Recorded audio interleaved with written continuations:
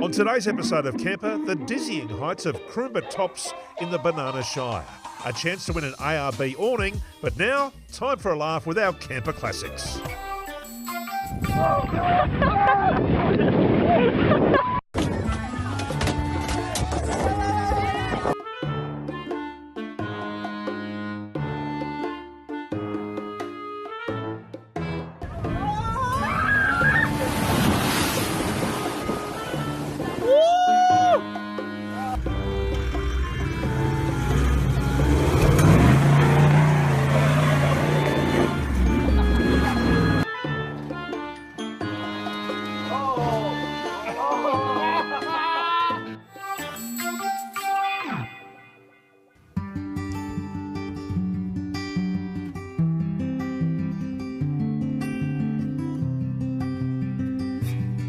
Hello again from magnificent sandstone wonder country, smack bang in the middle of the state of Queensland in the Banana Shire, which is a terrific destination if you're into camping and touring. We're waking up this morning at Lake Callide Retreat, about to jump in the cars and hit the road in search of adventure and discovery.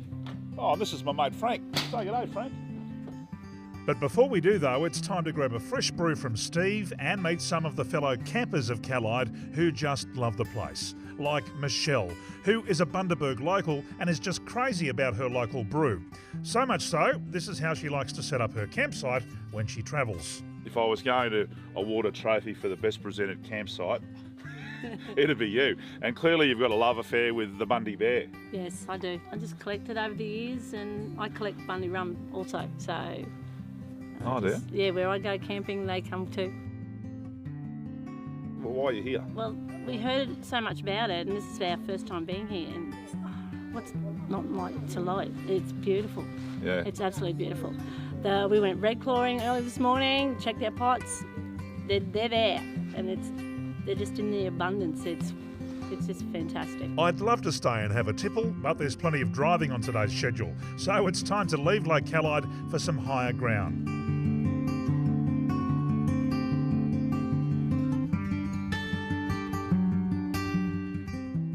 Today we're heading for the testing Razorback Track as a shortcut to our final destination. Kroombit tops would have to be one of the best kept secrets.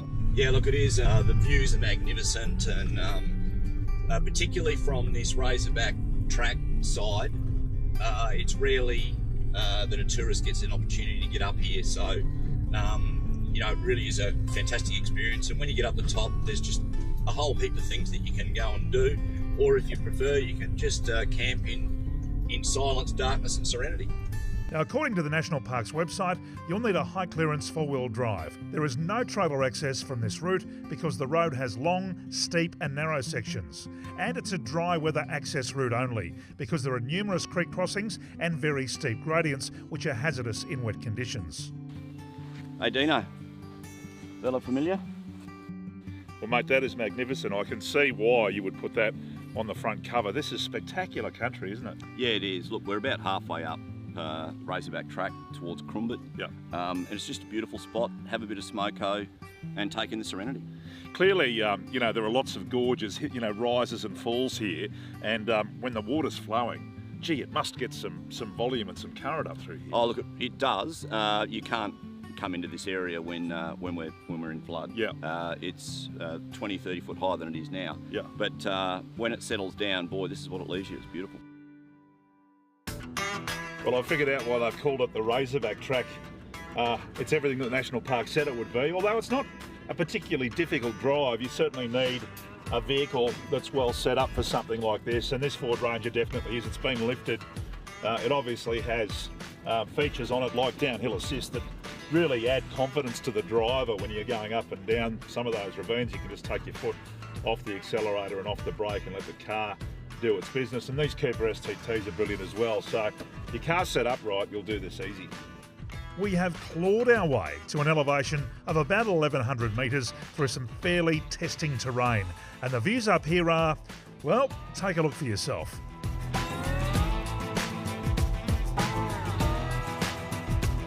Kroombit Top's lookout is spectacular on any day, but take a look at this weather and this view. Wow. What What a spot.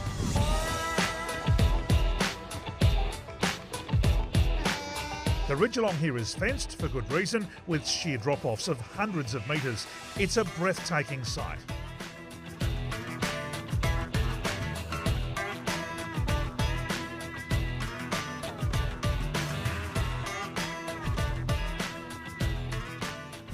So this is the lookout at Kroombit Tops. I've only been here once before, about 10 years ago, and I remember it having made such an impression on me, I couldn't wait to get back and come back here a second time, and it's just as amazing. And I really think this place is not on the map for most people. Most people don't know about it, but it's obviously well worth a look. From here, it's back in the Forby and a 25-kilometre drive along the ridgeline to Kroombit's best-kept secret. Beautiful Betsy was an American B-24 Liberator bomber that crashed in stormy weather on the 24th of February in 1945 on a flight from Darwin to Brisbane. She laid there undisturbed for almost 50 years until discovered in 1994 by a park ranger who came up this way to check on a controlled burn.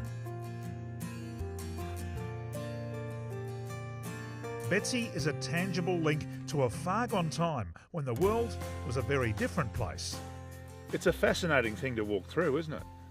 Look, it is fascinating, and you know, for an aircraft to have such a short service life and then come to such a tragic end in Australia, of all places, it's a pretty solemn place to come to.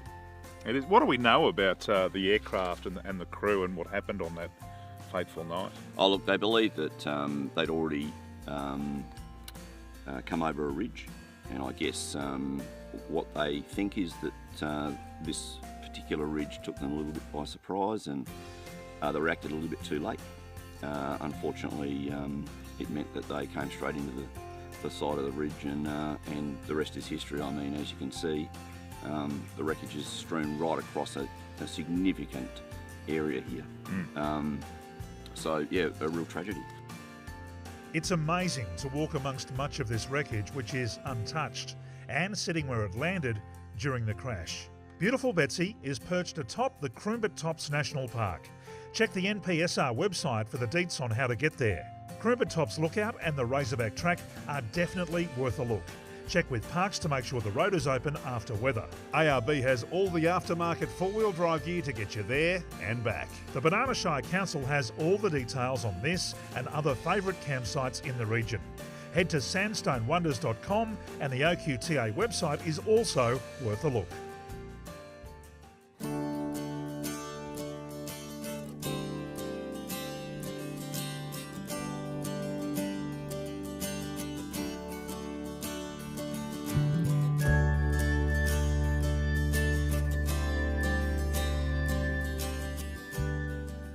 Our next camper giveaway is a beauty, an ARB canvas awning for your next off-road adventure. Keeping you cool in the dry and dry in the wet, ARB awnings are a must-have for a day at the beach or a night in the bush. ARB awnings feature anodised height-adjustable telescopic legs, Velcro ties, all secured and free from the outside elements in a heavy-duty nylon reinforced PVC bag. Fully waterproof and with a UVP rating of 50+, the ARB awning comes in 3 sizes and is yours to win.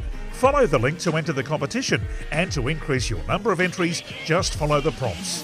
The more entries you have, the more chance of winning, and you've got to be in it to win it. The prize will be drawn on Friday, August 3. Register now and good luck.